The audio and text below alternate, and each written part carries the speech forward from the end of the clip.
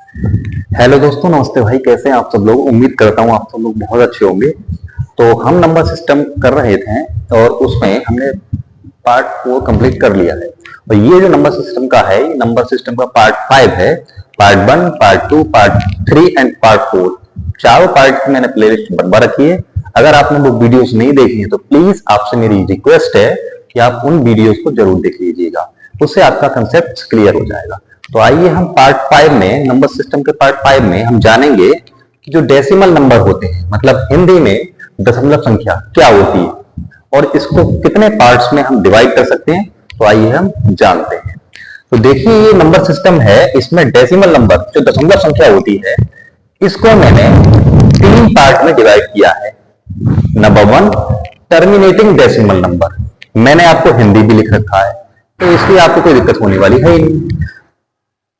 Terminating decimal number का मतलब होता है शांत दशमलव संख्या, मतलब ऐसी दशमलव संख्या जो डेसिमल के 2 या 3 प्लेस तक एंड हो जाती है, उस नंबर्स को या ऐसी डेसिमल संख्या को हम बोलते हैं शांत दशमलव संख्या। एग्जांपल से जानते हैं 1.32। इसका मतलब ये है कि ये पॉइंट के, मतलब दशमलव के बाद 2 डिजिट के बाद ये खुद में एंड हो गई है, इसका मतलब ये शांत हो गई है।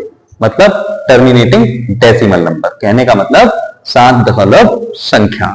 तो अब देखिए, इसकी एक क्वालिटी और है, इसे हम पी बटे क्यू के फॉर्म में लिख सकते हैं। पी बटे क्यू का मतलब होता है फ्रैक्शन के फॉर्म में लिख सकते हैं, अंश और हर, अंश बटे हर के फॉर्म में लिख सकते हैं। मतलब ये हुआ कि अगर हम इसको लिखना चाहें फ्रैक्शन फॉर्म में तो 1.32। अगर हम इसका डेसिमल हटाएंगे तो हमारा नीचे कितना आने वाला है? 100। इसका मतलब 132/100। इसको आप और सॉल्व कर सकते हो डिवाइड करके। तो ये इस तरीके से क्या मिलेगा हमें?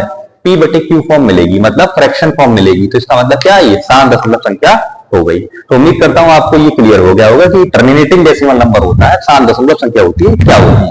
इसको हम पी बटे क्यू के फॉर्म में लिख सकते हैं। अब जानते हैं हम non terminating but repeating decimal number. कहने का मतलब अशांत पुनरावृत्ति दशमलव संख्या, मतलब एक ऐसी संख्या जो दशमलव के बाद शांत नहीं होती, दशमलव के बाद चलती रहती है, जैसे 1.32, 6, 7, 8, 9 इस तरीके से चलती रहती है इनफाइनाइट तक। लेकिन वो उसमें से जो कुछ नंबर होते हैं डेसिमल के बाद वो रिपीट होने लगते हैं बार बार, उन्हें बोलते हैं हम रिपीटिंग डेसिमल। लेकिन कैसी है? नॉन टर्मिनेटिंग, टर्मिनेट नहीं होगा लेकिन रिपीट होगा। तो इसका मतलब क्या हो गया? ये हो गया अशांत पुनरावृत्ति दशमलव संख्या, मतलब डेसिमल के बाद एंड नहीं होगी लेकिन हाँ कुछ डिजिट वो रिपीट होने लगते हैं इनफाइनिटी तक। तो हम एग्जांपल से जानते हैं, जैसे 0.777। देखिए ये 7 इनफाइनिट तक क्या होगा? रिपीट होगा ना होगा। जब ये रिपीट होगा तो इसका मतलब हम इसको लिख सकते हैं 0.7 बार। 7 के ऊपर ये बोलते हैं बार, जब बाहर लग जाता है तो उसका मतलब होता है कि 7 इनफाइनिटी तक चलने वाला है, मतलब आने वाला है। तो इसका मतलब क्या हो गया? ये हो गया हमारा पुनरावृत्ति दशमलव संख्या, अशांत पुनरावृत्ति दशमलव संख्या। इसकी भी यही क्वालिटी है कि हम इसको भी फ्रैक्शन फॉर्म में, मतलब पी बटे क्यू के फॉर्म में लिख सकते हैं। आइए कैसे जानते हैं उसको। देखिए डेसिमल के बाद 0.7 बार बार रिपीट हो रहा है तो हमने इसके ऊपर क्या लगा दिया? बार। लेकिन इसको फ्रैक्शन फॉर्म में लिखने के लिए हम करते क्या है? 0.7 के ऊपर क्या लगा? बार। हम इसके अपॉन में क्या करते हैं? जितने के ऊपर बार लगा होता है उतने ही उतने ही हम अपॉन में 9 लिख लेते हैं। तो 7 के ऊपर कितना बार लगा है? एक बार लगा है, तो एक ही 9 लिख लीजिए। इसको हटा दीजिए, इसको हटा दीजिए, ये हो गया हमारा क्या? फ्रैक्शन फॉर्म में। अगर मान लो यहाँ 7, 9 बार बार रिपीट होता, जैसे 0.79 इनफाइनिटी तक, तो इसका जो फ्रैक्शन फॉर्म होता 79/99 होता। तो उम्मीद करता हूं आपको ये भी बहुत अच्छे से क्लियर हो गया होगा कि शांत दशमलव संख्या और अशांत दशमलव संख्या क्या होती है, मतलब अशांत पुनरावृत्ति दशमलव संख्या क्या होती है। आइए अब हम जानते हैं कि जो हमारी अशांत अनावर्ती दशमलव संख्या, मतलब non terminating non repeating decimal number क्या होती है। देखिए ये ना तो डेसिमल के बाद टर्मिनेट होती है, टर्मिनेट का मतलब समझ रहे हो? शांत होती है, और ना ही ये बार बार रिपीट होती है।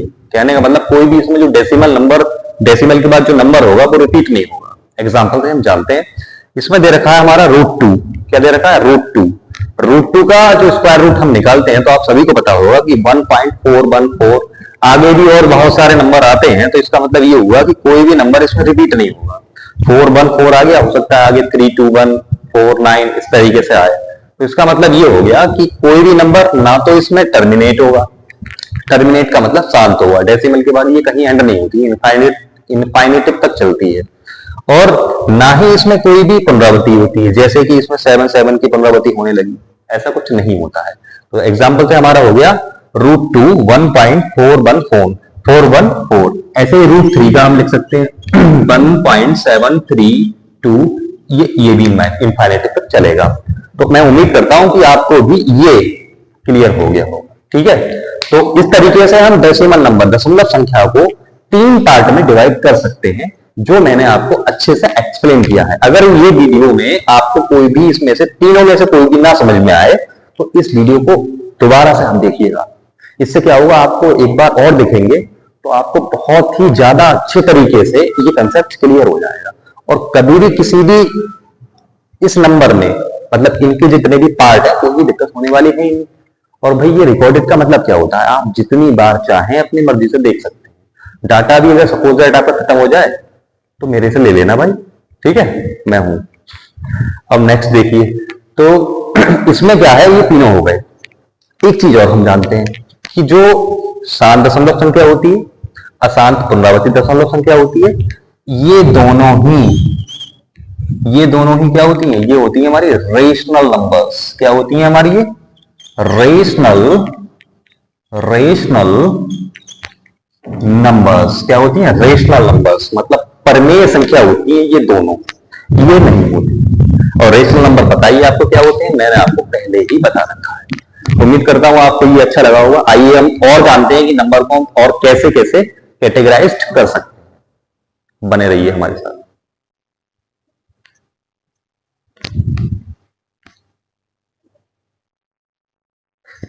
जी दोस्तों, तो अब हम जानेंगे कि जो प्राइम नंबर होते हैं मतलब अभाज्य संख्या, और को प्राइम नंबर मतलब सह अभाज्य संख्या, ये क्या होती है और इन दोनों में क्या डिफरेंस होता है, वो जानते हैं।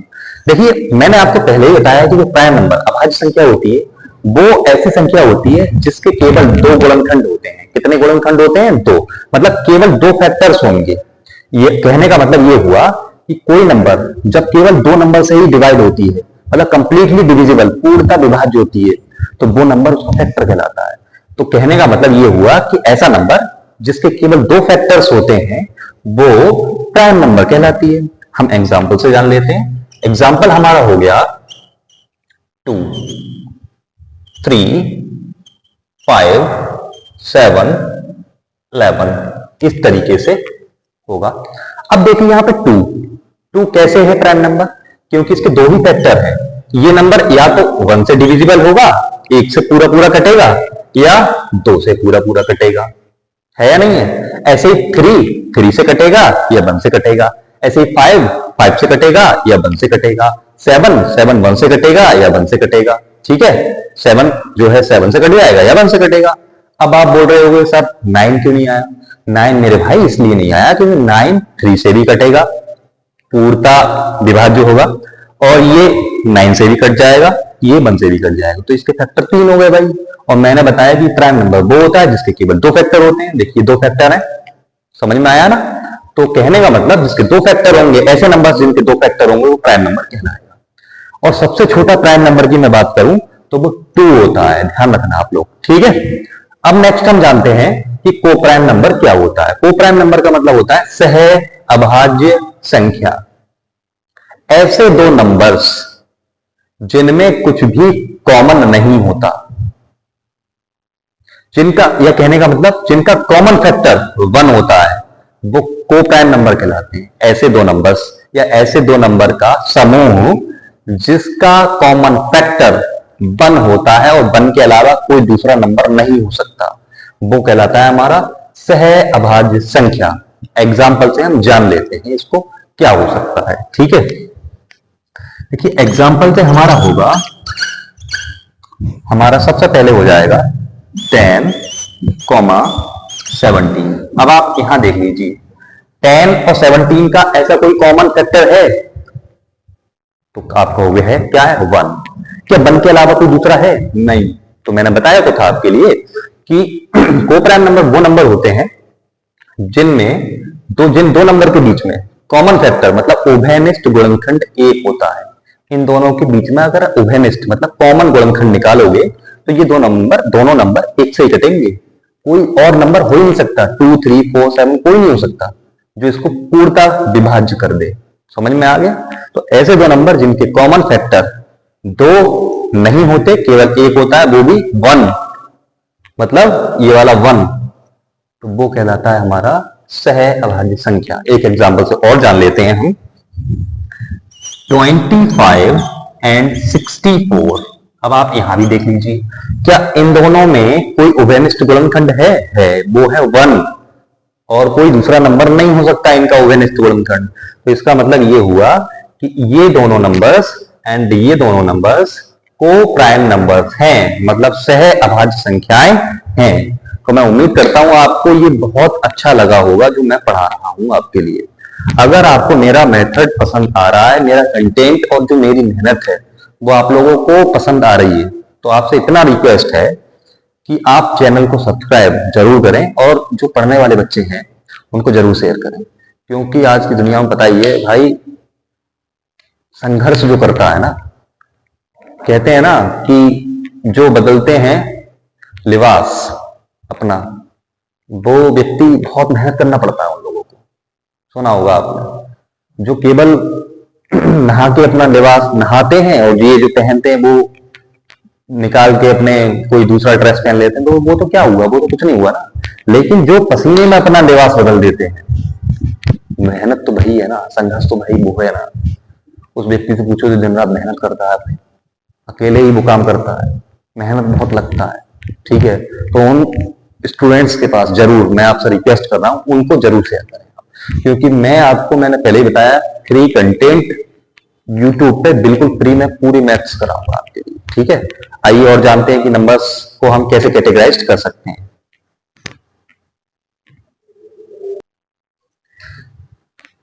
तो अब हम जानेंगे कि इंटीजर, जिसे हम हिंदी में पूर्णांक के नाम से जानते हैं, इनको भी दो पार्ट में हम दोबारा से डिवाइड कर सकते हैं, एक इवन नंबर, एक ऑड नंबर। देखिए इवन नंबर क्या होता है? ऐसे नंबर जो 2 से कंप्लीटली डिवाइड होते हैं, ऐसी संख्याएं जो 2 से पूर्णतः विभाज्य होती हैं, सम संख्याएं कहलाती हैं। समझ में आया? या ऐसे नंबर्स जिनके इकाई के अंक इवन नंबर्स होते हैं, वो भी नंबर्स क्या होते हैं? हमारे इवन नंबर होते हैं। कहने का मतलब सम संख्याएं होती हैं। एग्जाम्पल से हम जान लेते हैं, ये हमारा होगा Q 4 6 8 10 12 ऐसे ही इंफिनिटी तक, ठीक है। अगर हम इसके सम संख्या की स्टैंडर्ड फॉर्म जानने की कोशिश करें, मतलब इसका जो एक व्यापक रूप जानने की कोशिश करें कि जिससे सब नंबर निकाल सकते हैं, जितने भी इवन नंबर्स होते हैं, उसको बोलते हैं स्टैंडर्ड फॉर्म। तो वो है हमारी 2n। क्या है? 2n। n का मतलब है कोई भी नेचुरल नंबर, जैसे 1 2 3 4 5 6 7 8 9, वो नेचुरल नंबर होते हैं। अगर यहां पे आप 1 रखोगे तो 2 बन जा 2 आ गया, 2 रखोगे यहां पे तो 2 2 जा 4, 3 रखोगे यहां पे 2 3 जा 6, 4 रखोगे यहां पे 2 4 जा 8। ऐसे ये इवन नंबर्स इससे निकलते रहेंगे। इसी को बोलते हैं हम standard form of even number, मतलब सम संख्या का व्यापक रूप। अब जानते हैं हम ऑड नंबर। ऐसे नंबर्स जिन्हें 2 से पूर्णतः विभाज्य नहीं किया जा सकता, कहने का मतलब ऐसी संख्याएं जिन्हें हम 2 से कंप्लीटली डिवाइड नहीं कर सकते, वो क्या कहलाते हैं? हमारे कहलाते हैं विषम संख्याएं। क्या कहलाती हैं? विषम संख्याएं। तो हम इसको एग्जांपल से इसको भी जान लेते हैं। लेकिन इसके एग्जांपल्स जो होंगे वो होंगे 1 3 5 7 9 11, ये भी इंफिनिटी तक। ओके, अब इसका जो स्टैंडर्ड फॉर्म होगा वो होता है 2n प्लस माइनस 1। कहने का मतलब n भी यहां पे भी नेचुरल नंबर है, ठीक है। तो उम्मीद करता हूँ आपको ये जो मेरा कंटेंट है वो पसंद आ रहा होगा। अगर पसंद आ रहा है तो चैनल को सब्सक्राइब कीजिए, लाइक कीजिए। तब तक के लिए thank you, have a nice day.